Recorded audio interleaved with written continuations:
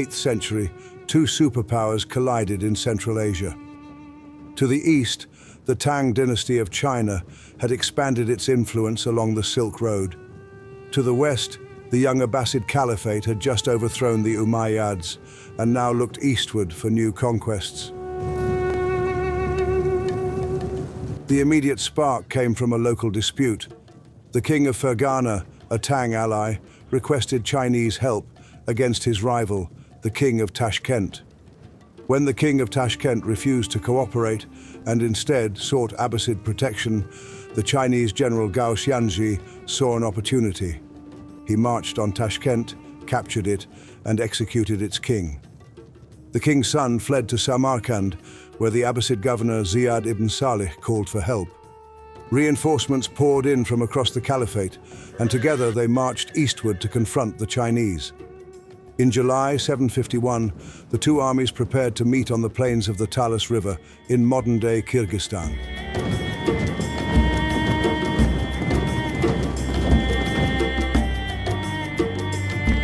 The Abbasid force was commanded by Ziyad ibn Salih. His army numbered perhaps 40,000 men and was diverse. Spearmen from Syria, archers from Persia, light horse archers from the Turkish steppes, and heavily armored cavalry from the Arab heartlands.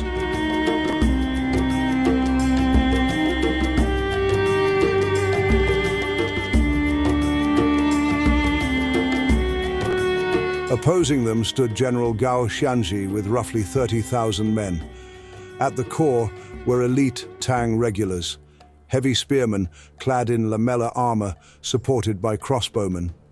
Gao deployed his crossbowmen and archers in front, spearmen behind them, with his guard and Fergana allies in reserve. A large contingent of Karluk horsemen, a powerful steppe confederation, also accompanied the army, though their exact allegiance would become the central mystery of the battle.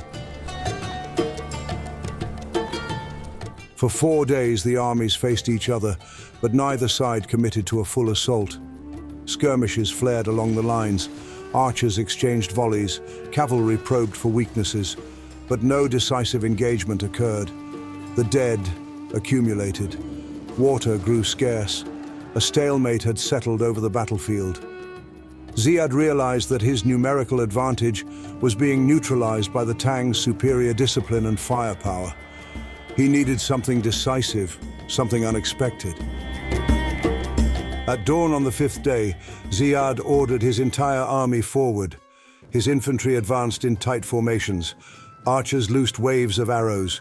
On the flanks, his cavalry moved wide. Gao responded in kind. His heavy spearmen marched forward. Crossbowmen rained bolts into the approaching enemy. His cavalry rode out to challenge the Abbasid horsemen.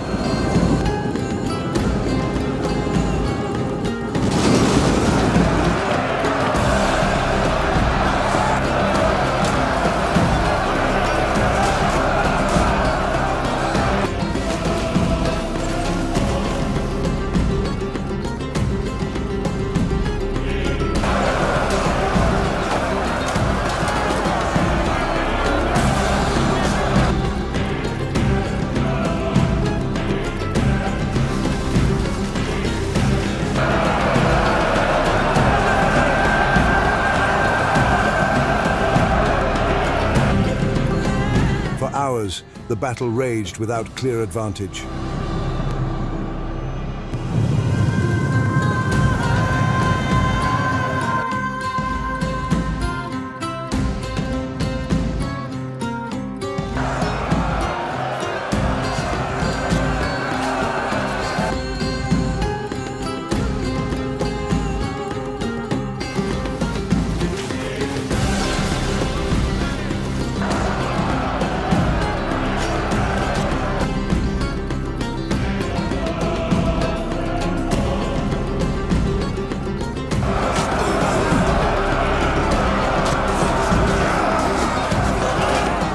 Then, at the critical moment, disaster struck for the Chinese.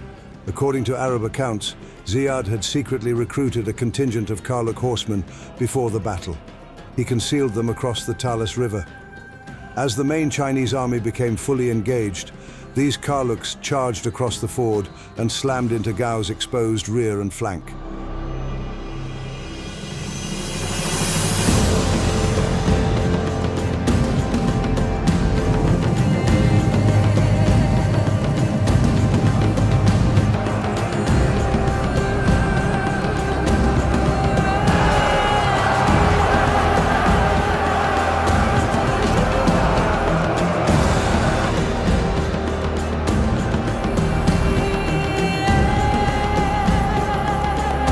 Chinese sources tell a completely different story. They claim the Karluks were originally part of Gao's own army, serving as his allied cavalry. Mid-battle, they treacherously switched sides, turning their weapons on the Tang and attacking from within. Whichever version you believe, the result was the same. The Chinese formation shattered.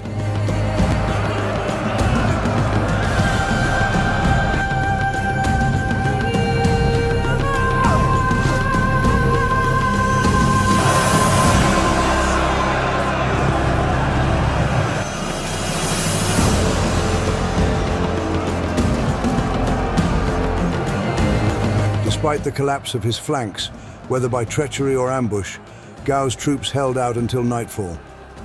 Gao wanted to continue the battle the next day, but his lieutenants convinced him that to fight on would mean complete destruction. Reluctantly, Gao agreed. Under cover of darkness, he and what remained of his army retreated eastward across the Tian Shan Mountains. Out of an estimated 10,000 to 20,000 Tang troops who had marched to Talas, less than 2,000 managed to return to Chinese territory. The army had been annihilated.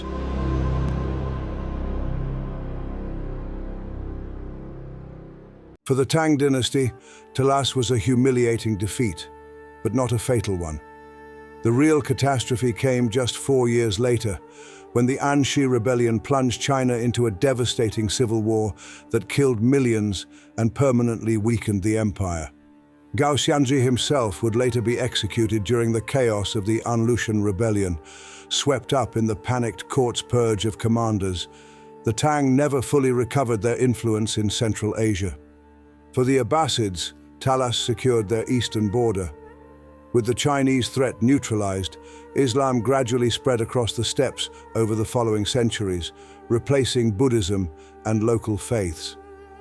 The battle accelerated the decline of Buddhism in the region and opened the door for Turkic peoples to adopt Islam, a shift that would reshape Central Asia for centuries. One notable outcome of Talas was the capture of skilled Chinese papermakers.